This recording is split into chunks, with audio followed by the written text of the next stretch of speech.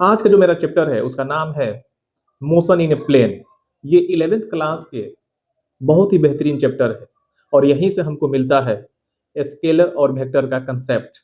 और इसी लेसन में प्रोजेक्टाइल मोशन और सर्कुलर मोशन के बारे में भी हम जानेंगे। तो चलिए स्टार्ट करते हैं। मैं एम डी आलम सर और आप बने रहिए foundation physics with M D Alam sir के साथ। चलिए स्टार्ट करते हैं। सबसे पहले हम समझेंगे इस चैप्टर में कि मोशन इन ए प्लेन क्या होता है, क्योंकि इसके पहले जो चैप्टर हम पढ़ाएं आपको उसमें हम बताएं डिस्टेंस क्या है, डिस्प्लेसमेंट क्या है, वेलोसिटी क्या है, एक्सेलरेशन क्या है, इक्वेशन ऑफ मोशन क्या होता है। और उस चैप्टर का नाम था मोशन इन स्ट्रेट लाइन। इस चैप्टर में सबसे पहले हम देखेंगे कि मोशन इन एक्चुअल में क्या है। तो कोई भी ऑब्जेक्ट है, ठीक है ना, अगर एक ही टाइम में दो डायरेक्शन में मूव करे, एक्स और वाई में, तो उस ऑब्जेक्ट का जो मोशन होगा उसे हम मोशन इन प्लेन। एग्जाम्पल देखेंगे, हवा में फेंकी हुई बॉल, ये मोशन इन प्लेन का एग्जाम्पल है।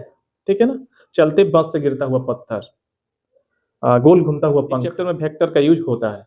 हाँ, इसी चैप्टर में हम वेक्टर और स्केलर का कंसेप्ट जानेंगे। ठीक है, स्केलर क्वांटिटी। इसके बाद हम देखेंगे वेक्टर क्वांटिटी। स्केलर क्वांटिटी हम उसे बोलेंगे जिसमें केवल मैग्नीट्यूड होता है। ठीक है ना, करेक्ट। जिस क्वांटिटी में सिर्फ मैग्नीट्यूड मतलब कितना हो, डायरेक्शन ना हो, उसे स्केलर कहते हैं।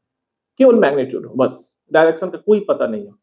जैसे एग्जांपल में डिस्टेंस, स्पीड, टाइम, मास, ठीक है ना, ये सब जितनी क्वांटिटी है इस सब में मैग्नीट्यूड होता है, डायरेक्शन का कोई पता नहीं होता। अब जो हमारा टॉपिक है उसका नाम है वेक्टर क्वांटिटी। कह रहा है कि जिस क्वांटिटी में मैग्नीट्यूड प्लस डायरेक्शन हो उसे वेक्टर कहेंगे, यानी दोनों हो, मैग्नीट्यूड के साथ साथ डायरेक्शन होना चाहिए। तो इस तरह का जो क्वांटिटी होगा उसे हम वेक्टर क्वांटिटी कहेंगे। जैसे एग्जांपल में हो गया आपका डिस्प्लेसमेंट, वेलोसिटी, एक्सेलरेशन, फोर्स। ठीक है ना, अगर डायरेक्शन है तो क्वांटिटी हमारा वेक्टर है। ये ट्रिक है याद रखने का, रिप्रेजेंटेशन, यानी किसी भी क्वांटिटी जो वेक्टर है उसे हम रिप्रेजेंट कैसे करेंगे। ठीक है, तो कह रहा है कि वेक्टर को एरो से दिखाया जाता है। जैसे अगर कैपिटल ए है तो उसके ऊपर एरो रहेगा, तो उसे वेक्टर ए बोलेंगे। ठीक है ना, अब वो कह रहा है कि एरो की लेंथ, जो एरो का लेंथ होगा वो मैग्नीट्यूड को रिप्रेजेंट करेगा, और एरो की जो डायरेक्शन होगा वो फिजिकल क्वांटिटी के डायरेक्शन को रिप्रेजेंट करेगा, डायरेक्शन को बताएगा। ठीक है, जैसे vector A equal to A X I plus A Y J. I जो आई जे के जो है ये यूनिट वेक्टर होता है। ठीक है, आई जो होता है वो एक्स डायरेक्शन में होता है, जे जो होता है जे वो वाई डायरेक्शन में होता है, और के जो होता है यूनिट वेक्टर वो जेड डायरेक्शन में होता है। ठीक है, अब जो टॉपिक है उसका नाम है रेजोल्यूशन ऑफ वेक्टर।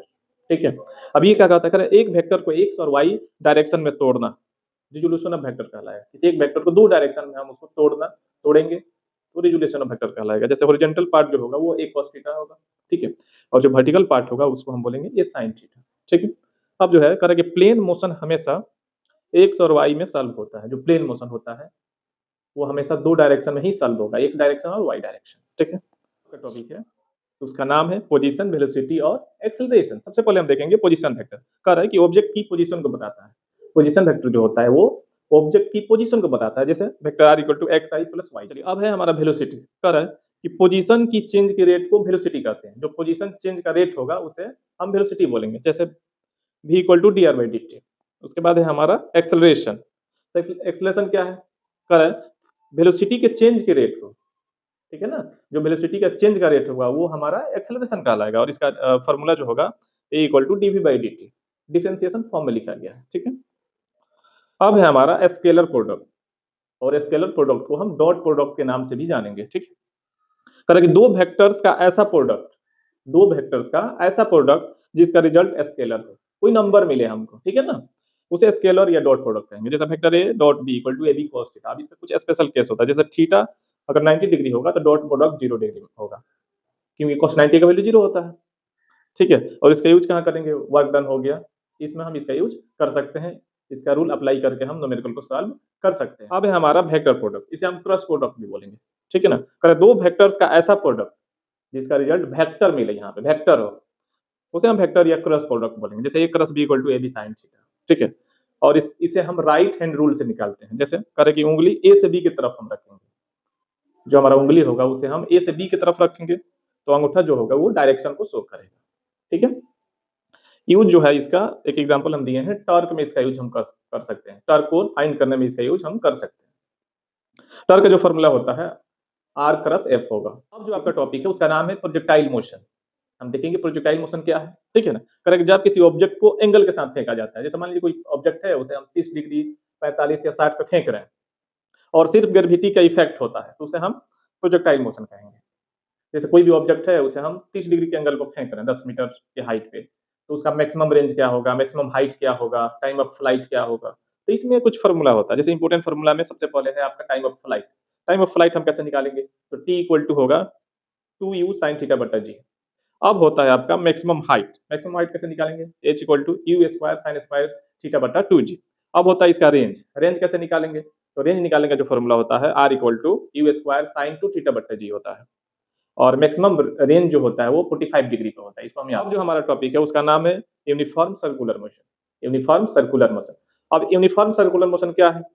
कह रहा है कि जब कोई ऑब्जेक्ट सर्कल में कांस्टेंट स्पीड से घूमता है, कांस्टेंट, ठीक है ना, यानी वैरी नहीं करता हो, एक स्पीड से ही अगर वो घूम रहा है, तो उस तरह के मोशन को हम यूनिफॉर्म सर्कुलर मोशन बोलेंगे। जैसे अगर स्पीड कांस्टेंट होता है लेकिन उसका वेलोसिटी जो होगा वो चेंज होते रहता है, ठीक है। अब एक इसमें आता है फॉर्मूला सेंटीपीटल एक्सेलरेशन। इसका फॉर्मूला जो होता है वो होता है a equal to v square by r, जहाँ वी वेलोसिटी और आर आपका रेडियस है, ठीक है ना। और जो डायरेक्शन होता है वो सेंटर की तरफ होता है। तो आप बने रहिए foundation physics with MD Alam sir के साथ, और ऐसे ही इजी लैंग्वेज में आप फिजिक्स को समझिए और आगे बढ़िए। इसके बाद हम लेके आएंगे बहुत ही बेहतरीन चैप्टर जिसका नाम है laws of motion. Thank you, best of luck.